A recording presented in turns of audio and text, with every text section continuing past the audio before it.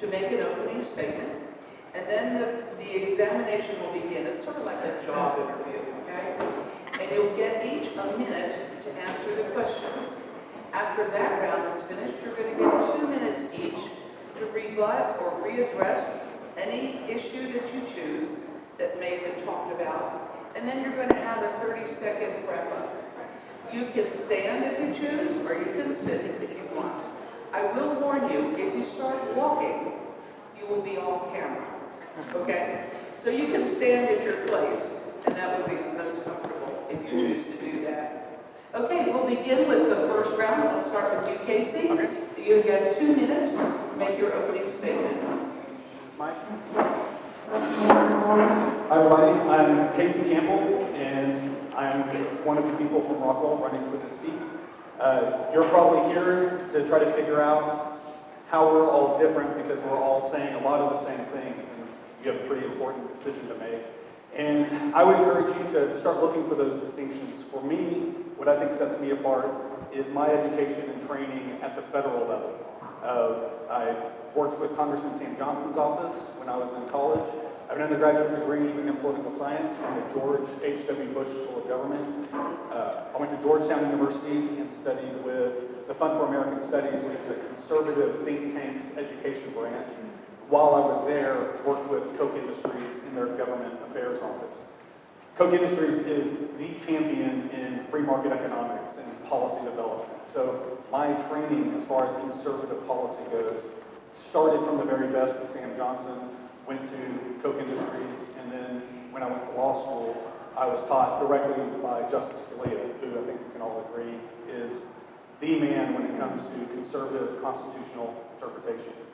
After law school, I have been practicing as an attorney representing hospitals, doctors, nurses, anytime they've been sued. So in other words, fighting against that idea of redistribution of wealth through torts, but then also through anytime the government, through the medical board or nursing board, tries to put their arms into the practice of medicine, I'll represent doctors and fight back against that. So all of that is to say, I've spent 20 years fighting back against large government, studying the role of government, mastering what I believe to be the conservative philosophies for constitutional interpretation and federalism, which that's my big issue.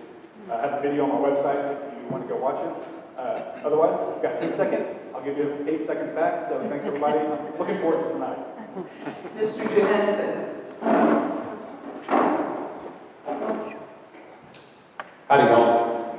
My name is Trace Johannesen. I'm from Rockwell, Texas. For those of you who don't know me, and I don't see many of y'all on the road. I'm a husband, father, 4th generation U.S. Marine, Texas Aggie, barely, but took it 3 times. I proudly served in my 2nd term on the Rockwell City Council and in other organizations like the Rockwell Men's Club and American Legion. You know, a lot of folks ask me, why are you running? We're under attack right now from a silent threat in the form of China.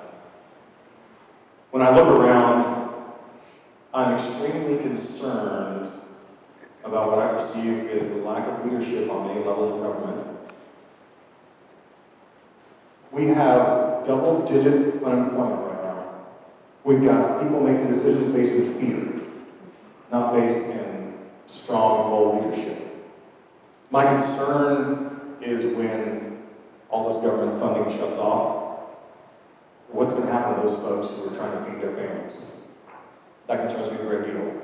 The last time I was this worried and this moved to upend my life and do something about it was on 9/11/2001, the week that I left my job and enlisted in the Marine Corps. That's how dire of times we're in today. I think we need bold leaders. We've had 18 years of fairly decent life in the U.S. And when things are going well, it's easy for a leader to look good. But when things are going badly, that's when the cracks start to show. And that's when bold leaders emerge. I hope you'll consider me next next week. TraceWarTexas.com. Thank you so much.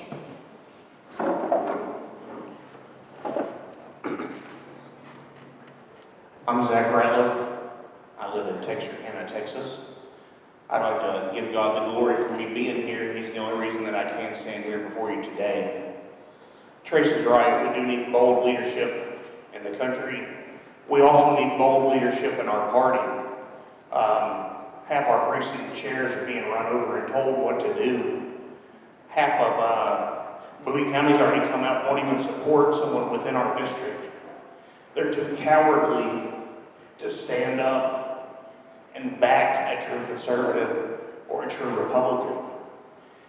They're too cowardly to stand up against the system and say, we need to make a change. We've been promised by politicians. I'm 34. My entire life, even with Trump, hey, we're going to do away with Obamacare exchanges. I'm a private business owner. Do you know how much Obamacare exchanges cost me for my two companies? I do. One of my constituents that will be, insurance cost him $300,000 for all his employees last year. Nobody's talking about this. Everybody only talks about it when they want to get elected. We need somebody with some courage to stand up. If people will not stand up in front of you, precinct chairs, they will not have the courage to go to Washington, D.C. and stand up to the political machine that is. If they can't stand up to a local Republican Party, and one that they're not even from our district, how do we ever expect them to represent us when they don't? I don't have all the credentials. My qualifications are what matches the Constitution of the United States. I have that. I have 2 small businesses, a 4-year-old daughter. I'm married to my high school sweetheart. I'm living the American dream. I will give that all up and sacrifice to go to Washington, D.C. and do whatever God commands us to do. Thank you.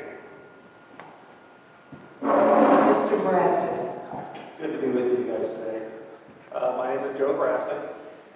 I would like to thank all the county chairs, precinct chairs for putting this together and working so hard to fill Rateliff's vacant seat. I've been in and around this district now for 50 years. I'll be 50 this year. And as a successful business owner and farmer, I have watched many companies in our district close up shop and thousands of jobs disappear. Farming is a huge component in our district, and I've seen them struggle for years. Some years are good years, some years are bad. So my objective is to make this district tremendously prosperous.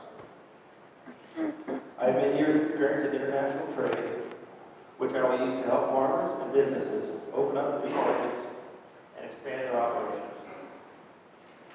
My primary focus will be on the economic development of this district, while mindful that we want to remain a rural area.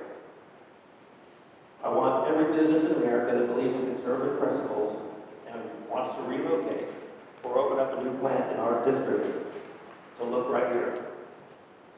We need to put out an open for business sign. Next, we need to stop the Democrats, from slowly pushing our country over a cliff. I do not believe we are winning. America is not becoming more conservative or more Christian. We are losing on both fronts. We must put a stop to abortion once and for all, and we must protect our Second Amendment rights at all costs. We cannot accomplish this by electing rhino Republicans. Our country hangs in the balance, and we need fierce conservatives that will fight for our great district and country. It's time to push back against the Marxist liberals the same way they push back against us. Thank you, guys. Thank you. Interviewers, begin your questions. Good evening. I turned it on. 1 minute. You'll have 1 minute to answer each question. And on mine, I'm going to start with Mr. Vrasic and go to your right, okay? Today, we are in a fight for the soul of America. Why should we send you to fight for us? When and where have you shown political courage? Thank you for the question. I have the energy and the tenacity to fight hard for what I believe in. been in politics. I'm a lot like President Trump. I'm a business owner. I've been in business for about 25 years now, in the international logistics business as well as farming, and then I've had local delivery businesses as well throughout the Dallas Metroplex my whole life. But we need somebody in Congress that doesn't just want to go there and hobnob in five-star restaurants in D.C. just to further their future ambitions. I believe we need somebody that is going to work hard for this district, that is only solely focused on this district first. And secondly, there's a lot of other things we can work on, like I mentioned, abortion, Second Amendment. But my goal is to work hard, 24 hours a day, fighting for our district's health. Mr. Ratliff, same question. Do I need to repeat it? Please. Okay. Today we are in a fight for the soul of America. Why should we send you to fight for us? When and where have you shown political courage? I just called my own county chairman a coward. So I guess there's that.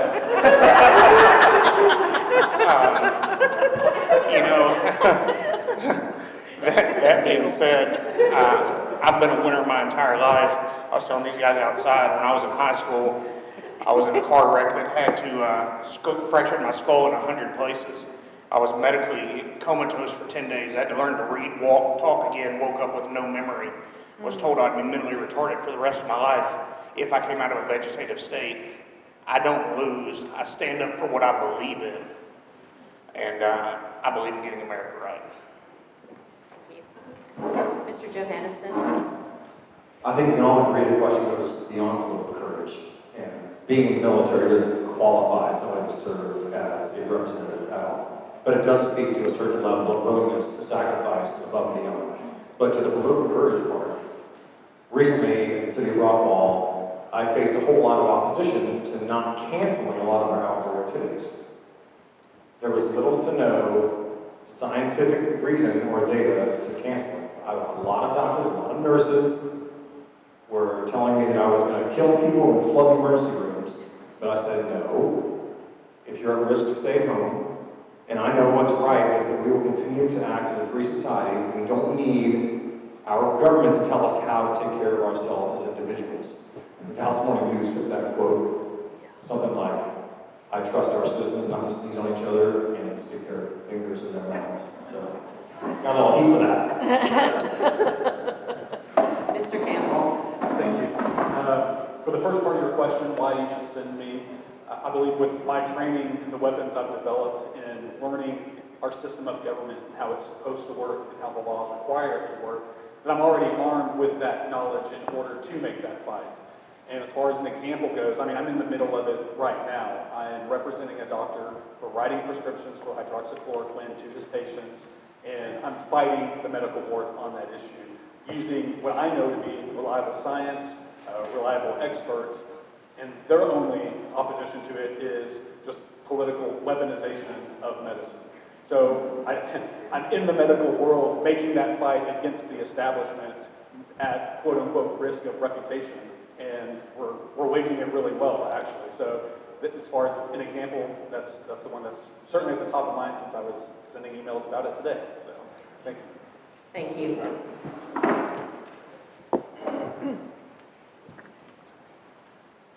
Okay, we will start with Mr. Ratliff with this question. Obamacare continues to have a lasting impact on health care, with high health insurance premiums and astronomical deductibles, pricing middle-income families out of health insurance and onto Medicaid or going without health insurance entirely. Be specific. What should Congress do about this? I believe in the full repeal of Obamacare. I believe in opening interstate boundaries for purchasing health insurance. Going back to what America was based on, that's a capitalistic free market system. The free market system has created more freedom and more prosperity than any other system in the history of the world. I don't know why we got away from it other than to go towards the socialist means that Obamacare is. So I'm for full repeal and to go to a full free market. And you would have to put in some tort reform, you would have to put in some things to, so the lawsuits didn't just stack up on the doctors. But I'm for a full repeal. Okay, thank you. Mr. Campbell? Same question? Yes. All right. Glad you asked. Healthcare is kind of my wheelhouse. I have a very specific plan. If I've talked to you, then I've probably told you about it. I'm going to be quick since it's only a minute. The short version is, if you know Chip Roy's plan, it's very similar. It's essentially what Mr. Rateliff was saying is opening the market and doing that by providing a $10,000 tax credit to citizens who participate in that national market.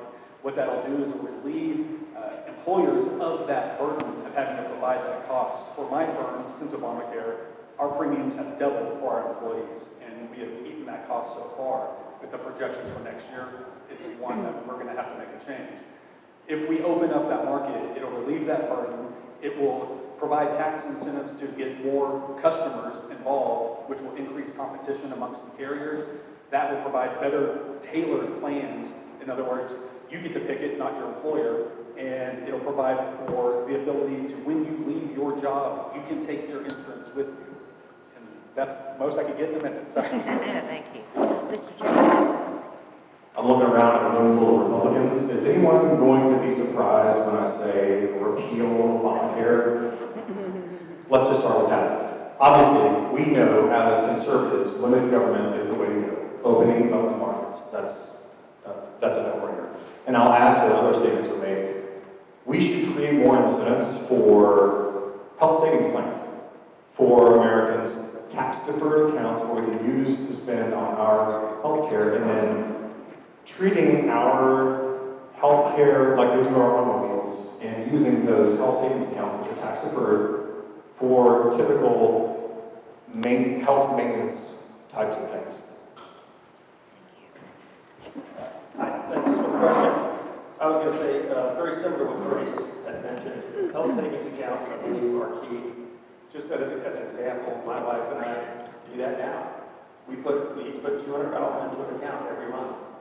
And that's what we use for, we have 3 kids. If we need to go to the doctor, we just take the money out of there. And actually, we hardly ever use it. It's grown to be a really big fat bank account. And we've got that available for us if something goes wrong. I do believe maybe a catastrophic policy might be good to have a vision to that. And maybe something tax deferred. By the way, this money that we're putting in there is not tax deferred. That would be fantastic if we did have a program like that for the government. But man, talk about capitalism and freedom. I mean, take your money, put it in your own savings account. You can make some interest on it and use that for your health care issues. Thank you.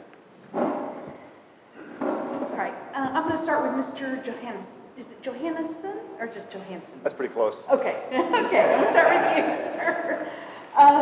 Freshman U.S. representatives do not get many opportunities to speak in a meaningful manner in committee or on the floor, especially if they are in the minority party. How do you plan to make your mark for the people of Congressional District 4? There's one thing that every one of us, what is it, 75, 80 candidates have in common, is that not a single one of us has done this job before. I think we can agree on that. Every one of us will be a freshman, 1 out of 435. So my intent is to, in the military, when you're an officer, you come in as a fresh lieutenant. If you're smart, the first thing you do is talk to your squad leaders and non-commissioned officers. They've been on the ground. They know where the bodies are buried. They know how the work actually happens. So my intent will be to work with this congressional staff who's in place to figure out exactly what's going on. As a freshman, I'm not going to get my pick of committees. I'll obviously fight for them. I'll plug into the Marine Corps caucus, which is up in D.C., and use that to help guide in that transition. Thank you. Mr. Campbell, same question. How do you plan to make your mark for the people of Congressional District 4? Tracy's right. As a freshman, you don't have a lot of power or say in what committees you get on and what you're going to be doing. One of the things that I think I have as being a trial attorney in a field field like medical malpractice, is that I have to learn very difficult and different subjects pretty intensely so I can cross-examine witnesses. One of the ways that I would think I can make an impact is, on behalf of the district at hearings, is asking those tough questions and pointing out the absurdities of the other side's position on them. And I feel I can do that in anything from agriculture to ways and means, to judiciary, any issue. I've spent 12 years cross-examining the best and brightest that our country has to offer, be it brain surgeons from Harvard or epidemiologists from Stanford, and pointing out the absurdities in their positions against my clients. So that's my strongest weapon that, as a freshman, I think I can utilize on behalf of people of our district. Thank you. Mr. Vrasic, same question. Well, my first term is going to be completely focused on this district. My goal is to set up an economic development team. I want to focus on bringing in business back to this district, or companies that want to expand from around the nation, want to expand, open up a new plant. I want to focus on calling all these folks, CEOs and leaders, and get them to look at our district to open up shop. We need more business, small business. We want to stay rural. We need good paying jobs. One example, there's a company called Steel Fab just outside of our district in Melissa. And a year and a half ago, they packed up and moved to Oklahoma, went to Durant. 109 jobs gone, and they their steel fabrication welders, $30 an hour, gone. Why? Because the representative in Oklahoma called up and said, come on here. And we did. If I was the congressman in District 4, I would have asked him to come here. Look at anywhere up and down I-30, up 121 on the bottom. Come here, workers here. Thank you. Mr. Rateliff, how do you plan to make your mark for the people of Congressional District 4? I'll answer the first part of that question. I don't plan on being in the minority party. That being said, there's only one way to ensure that we don't, and that's to put a conservative in this seat. If we put a rhino or someone who used to be a Democrat or is just carrying the line until they get to Washington, D.C. so then they can jump job and run for Senate or something like that, our constituents will not support them. We need a conservative that will toe the conservative line, that people will vote for. If you don't have that, the Democrats are going to put $3 million into this district, this election cycle, because they're trying to flip the House. If we have someone that's not a hardcore conservative, that nobody can believe in, we will lose them. That's where we are. I know 72% of the time we win the district and Republicans and all that. That's not going to be the case if we go with a rhino or a Democrat in hiding. So that's my answer. Thank you. Okay. This is the first, and we'll start with Mr. Campbell here. Name a department in the federal government that is unconstitutional. Tell us why it is unconstitutional and what you as a congressman would do about it. All right, I have 7 minutes of this very thing on my website if you want to watch, but I can start with education, housing, urban development, health and human services, and labor. The reason is the Congress has given 27 enumerated powers, and those powers include things like appointing money, declaring war, raising an army. They don't include things like regulating education or labor, housing and urban development, or health and human services. So those in and of themselves are unconstitutional. The 10th Amendment comes in and says if we haven't given the federal government these express powers, then, and as long as they're not prohibited by the Constitution, then they go to the states. And that's what's happened to our government, our federal system, is they have absorbed all this power under the guise of, hey, let us take care of you. And what that has done is has increased the tax burden. So, 10 seconds again, increased tax burden and has caused us to flip where federal government now spends 3 times the amount of money of all 50 states combined. The opposite of how it should be. I love the 10th Amendment because I'm a limited government constitutionalist. Casey mentioned one of them, which is the Department of Education. And any of y'all have heard me talking about education, one of my biggest things, make trades great again and all that good stuff. Help me understand why the federal government is in the student loan business. I don't know. The Department of Education has been contested since like the early 1800s. Way way back in the constitutional era, people from New Jersey were like, why is the federal government trying to talk about how this is a governmental overreach?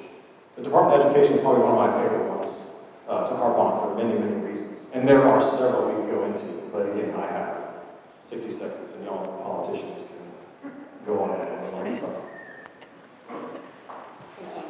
Mr. Vrasic?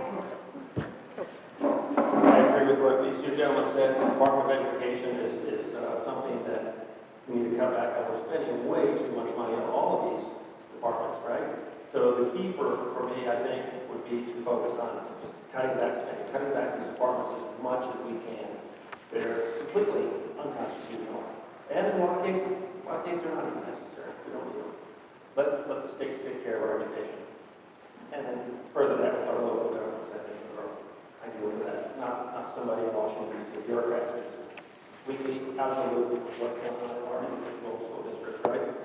So let's cut the spending, let's knock out these unconstitutional departments, housing and urban development you mentioned. I agree 100%. All of these are just out of control spending, and it's getting us to a $26 trillion deficit. Thanks. I believe 90% of the government is outside its constitutional bounds.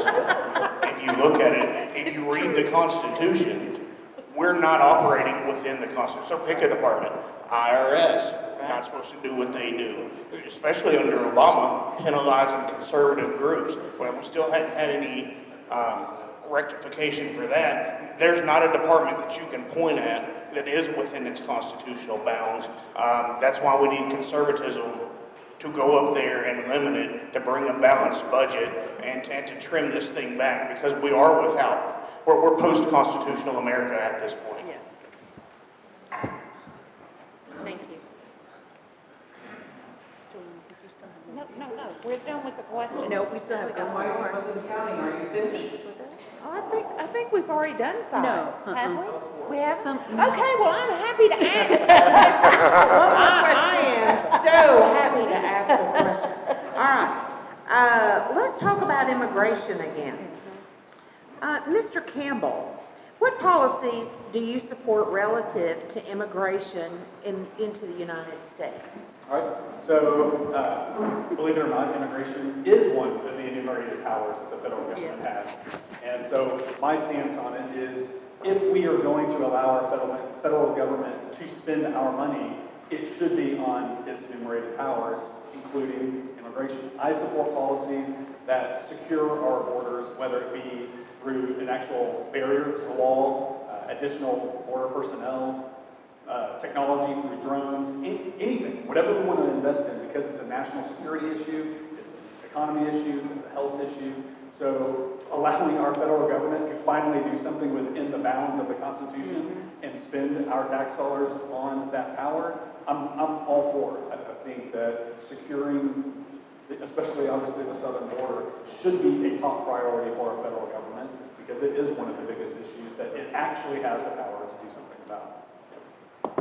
Okay, I'm going to take a little license here, so let me, and you can get this on your rebuttal if you want to. Right. Okay. So I want to drill down and be really specific. I want you to answer the question based on President the Trump way. Okay? Y'all getting me? All right. So answer this question about your position on immigration as it relates to President Trump's stated policies. And then let's go to Mr. Vrasic next. Thanks. I love what President Trump is doing on the border. I think that should have been done decades ago.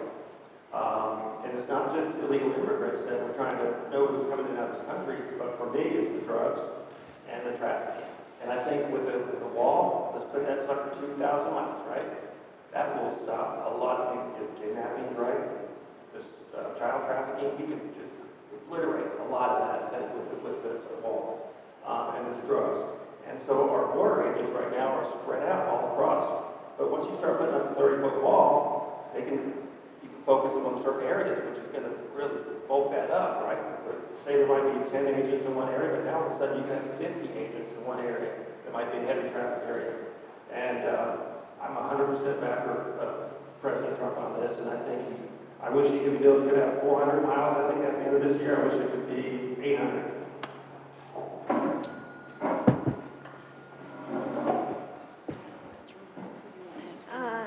Mr. Ratliff, go next. I like how you smile at me, daring me to say something crazy. It's fun.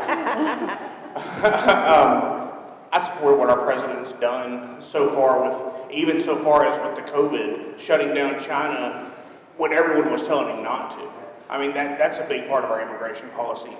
In Texarkana, we have Highway 59 that comes up out of Mexico and then hits I-30. Sex trafficking is a huge thing that comes through there. Personally, my father-in-law was in the FBI and shut down a sex trafficking ring 15 years ago. I'm for more border security. I'm for shutting this down. If you're paying attention to the papers or not, because they're not putting in there, sex trafficking is blowing up right now everywhere in the country, Washington, D.C. to be specific. So we need these immigration policies. We need to shut this down. So I'm a strong proponent of the strictest border policies we could have. You know, when I was in Iraq, my interpreter was from Michigan, and he worked for Chase Bank. And he was so excited that by serving his tour in Iraq, that he could come back and be an American citizen. He wrote all of us an email shortly after he got his citizenship with an American flag, and he spent years becoming a citizen, and he was so proud of America. He was so proud to be here. It's no doubt, it's no secret that we need immigration reform.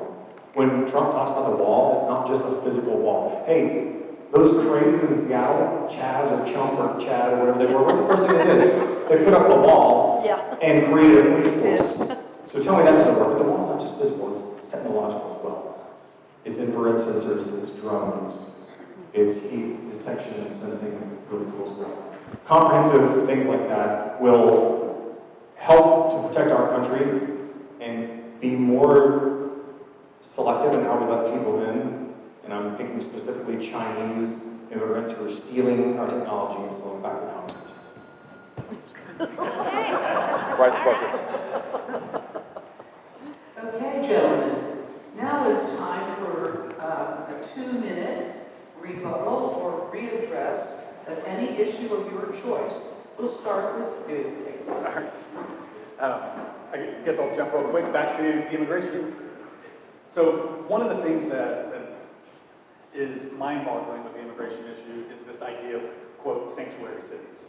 And, you know, in the United States, we have an idea of federal preemption. That if the federal law is constitutional, then it trumps, which is a conveniently enough word, trumps the state and local law. And one of those laws related to immigration is if you detain an illegal immigrant, you must notify Border Control, ICE, whoever it is at the federal level, so that they can make the determination.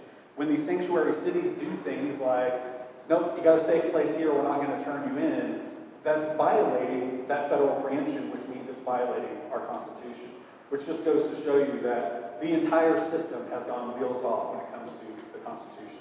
So we have to start reining back in that control. Getting back to healthcare, since I've got my 2 minutes, the goal of my plan would increase the quality of the services provided to the insureds because it'll allow competition amongst all the carriers, as well as improve the quality of reimbursements to the healthcare providers because all those carriers will have to be competing with getting on those providers' plans. So the only ones who really, quote, lose, and they're not even losing because they're gaining more direct customers, are the insurance companies, who I think we can all agree have done pretty well over the years. So it's this idea that we have to do something to allow our markets to solve the problem for us rather than the government trying to step in and do it themselves. Going back to the question about what I might be able to do as a freshman congressman, can you remember the wording exactly of the question? But one of the things, and I bring this up at a lot of our meetings, is our party doesn't do a good enough job of reaching out to younger voters. I know I'm one of the younger ones in this race. That's one of my goals would be to incorporate younger voters into our party, giving them someone to identify with. Mr. Johannesen. I don't think I'll need the full 2 minutes, but a couple of notes I jotted down were specifically around healthcare, because it's something I care a lot about. One of the interesting things about the progressive or liberal platform is platform. There are no limiting principles. If you name a topic, let's say healthcare. Hey, Democrats, when would you say that check in the box, we've achieved whatever your goal is for healthcare, we've hit the goal line? I can't answer that. Look, if we want to see what socialized medicine looks like, obviously there's a tremendous number of countries in the world we can look at, but we can look right here in the U.S. at our Veterans Administration. That is what socialized medicine looks like, and we can all agree about that. Look, healthcare needs to be three things. Free market. Or conservatives. We know that the market does the best job of allocating resources. It's not even a question. Second, outcomes-based. It's not about the service, it's not about how many hours or how many services I perform. It's, did my hip get fixed? And thirdly is patient focus. The rest of the economy, the rest of the world is customer-based. Well, let's take a customer focus to medicine. Let's have a patient focus. If we focus on free market, outcomes-based, and patient focus, that is probably the best way to free up our heavily insurance-based healthcare mess we have today. Mr. Rateliff. Well, I'm just going to make a point. Democrats do a better job than Republicans did one thing, and that's holding a message. For the last 100 years throughout our history, they've had a plan on how to socialize and take over this country. And if you look at it, it'll go to Alexander Khrushchev's 42 points on how to take over America from the inside. If you don't know them, go read them. That's what's happened. Take away art, make it meaningless. Take away education. Take away the family. Take away religion. Take away all these things. Crack America from the inside. As a Republican Party, once again, we will lose if we can't come together, find somebody with courage enough to go to D.C. and say, hey, we're not for this. I'm for the people that I represent. And to do that, you actually have to be from our district. You actually should live here. Where we're from, which, you know, you'll figure that out shortly. But you should be from here. Represent the people that you're for and have courage to do that.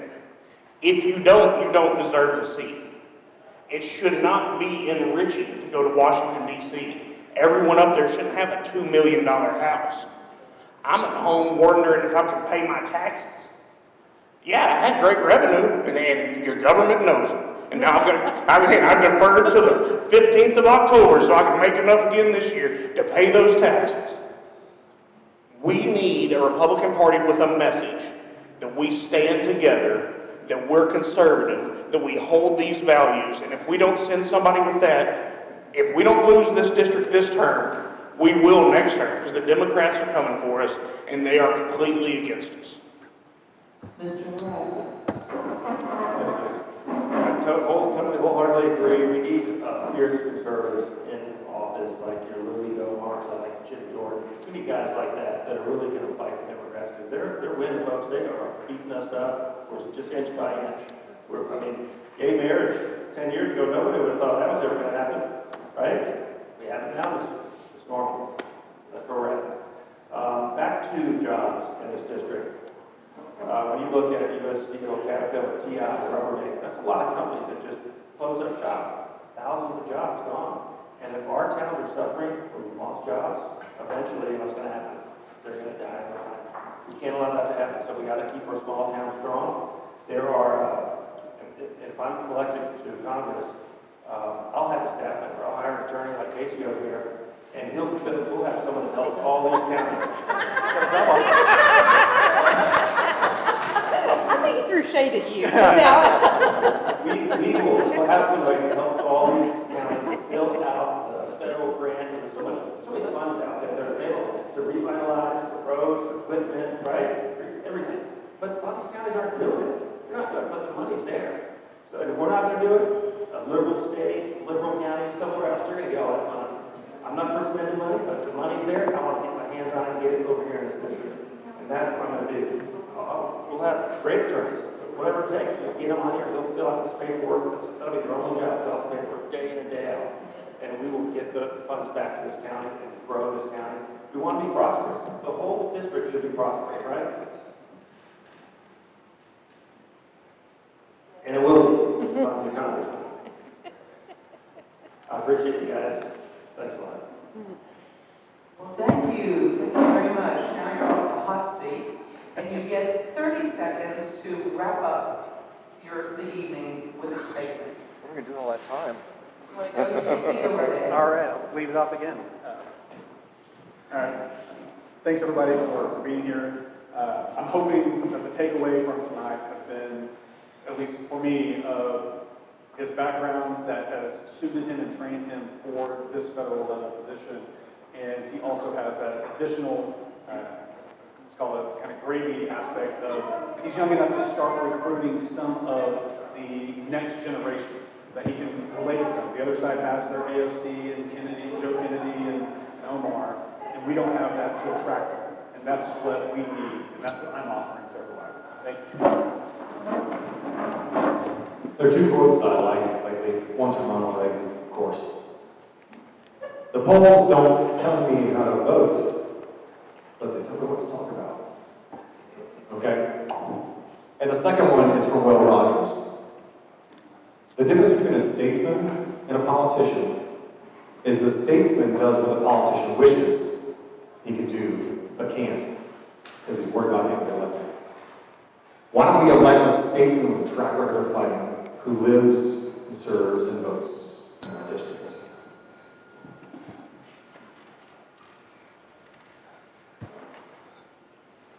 Ms. Fleming, as you said when you were talking about Allen West, we need someone with an unashamedly conservative spirit.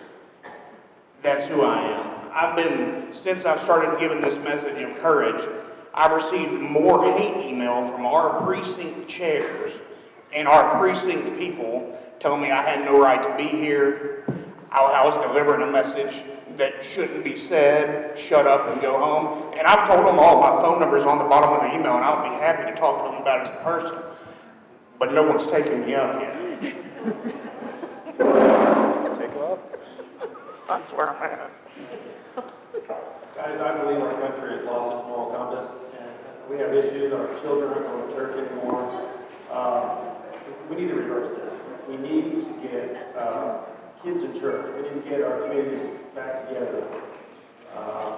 Focus on jobs. Back to the jobs. I think that's so important because that'll help so many other issues. We have people that can make a good living and actually afford to buy a house in a small town. We don't need to live with us, with the parents, right?